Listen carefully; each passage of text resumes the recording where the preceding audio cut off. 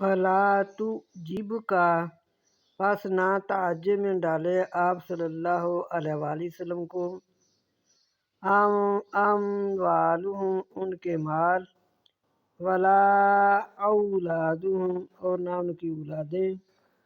انما سوائے اس کے یرید اللہ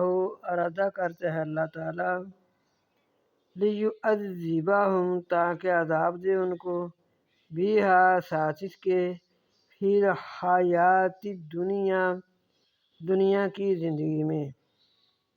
حیات زندگی دنیا کی زندگی میں